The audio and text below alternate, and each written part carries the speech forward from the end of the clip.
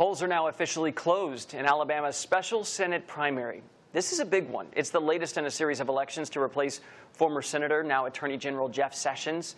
Alex Miller joining us now. You've been following this closely because the president has inserted himself into this. Then Steve Bannon inserted himself into this. And usually these special elections, much less the primaries, don't get this much attention, but this one has a special significance. Well, especially because the president inserted himself and Bannon inserted himself, but not on the same side. Yeah. So this is kind of a microcosm for what's going on right now within the Republican Party, and not to forget the fact that whoever wins tonight still has to face the Democrat who is a former U.S. attorney, Doug Jones, in the actual election in December. But whatever happens tonight might tell us a little bit more about where the future of the Republican Party is going.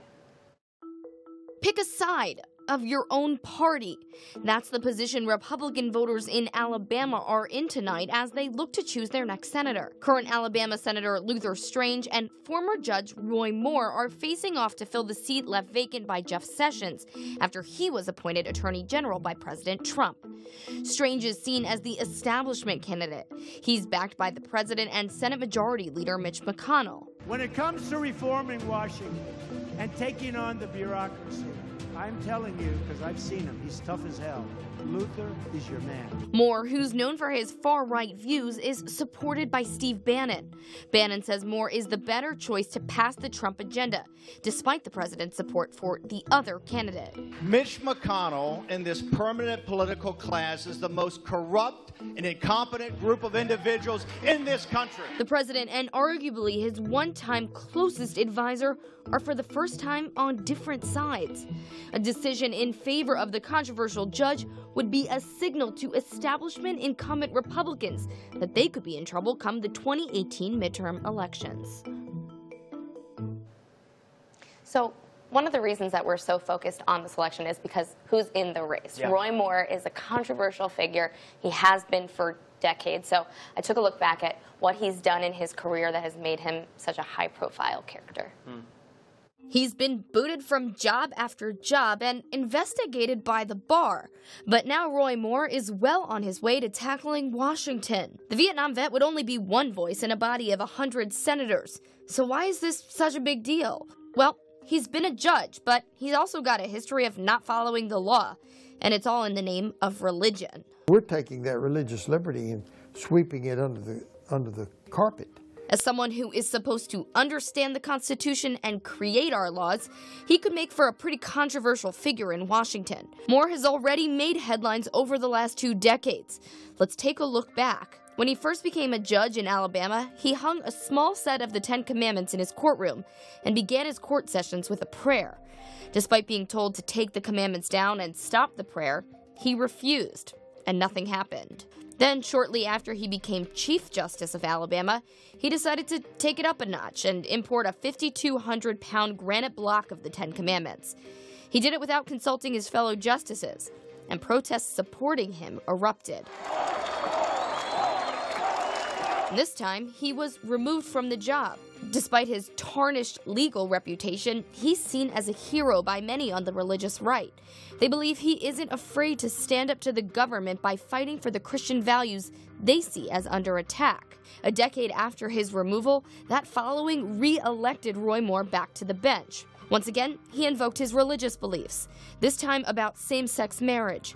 He told his fellow judges to disobey the Supreme Court's same-sex marriage rulings. He was suspended, and then he resigned. Almost immediately, he announced this Senate campaign. So usually that's the end of somebody's career, not with Roy Moore. Oh no, he's got, every time he goes up in titles, he might get knocked down a peg or two, but it seems like the people of Alabama really don't care, and they're going to re-elect him, or they have re-elected him in the last 2 times to the bench. I spoke with political science professor Chris Galdieri about what it will mean if each of these men wins, and whether a Democrat, in this case Doug Jones, really has a chance in December. What does it say if Luther Strange is the one elected back to the Senate? If Strange wins, that is very good news for the White House. It's very good news for Mitch McConnell. They were able to put a crimp in Steve Bannon's plans for going to war with the powers that be in the Republican Party. It would be basically the one good thing that's happened to Mitch McConnell today. And what about if Roy Moore wins? What does that say for the future of the Republican Party? That it suggests that this sort of populist wave that I think we can say Donald Trump captured in his campaign last year is not just about him. I think that suggests that there are certain limits, not just to Trump's appeal, but to Trump's influence over the Republican Party and the voters in the Republican Party. Do you foresee his election to the Senate making it more difficult for the GOP to get things done? Absolutely.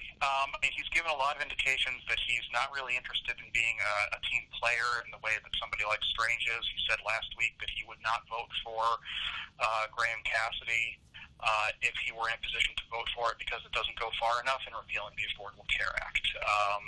And again, you're taking someone who's made his political name for himself by taking really controversial positions and being willing to say things that normal politicians are unwilling to say. So are Democrats in Alabama possibly hoping that Roy Moore wins tonight because they might be able to have a Claire McCaskill kind of situation and beat him come December? They appear to have a fairly serious candidate who is a former U.S. attorney, so someone who is from the state, has genuine government experience.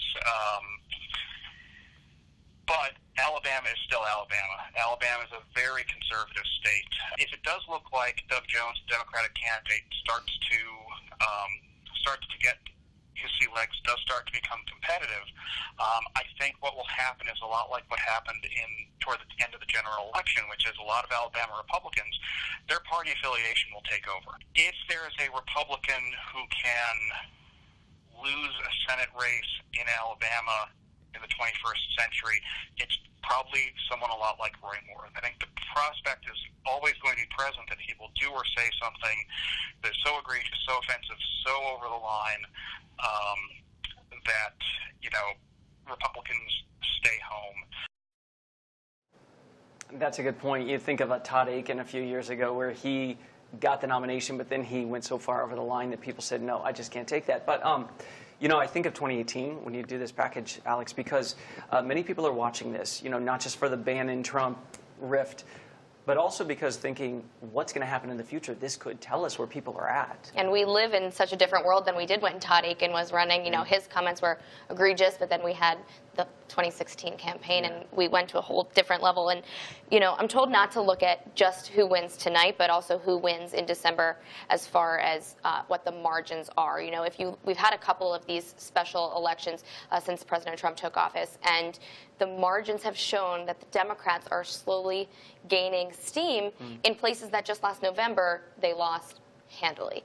So it's pay attention to that. And if you're a Republican, you're really paying attention for the next year or so. You've got to worry about having a primary challenger from the right saying that you're the reason that you didn't have an Obamacare repeal, or you're the reason that the wall hasn't been built.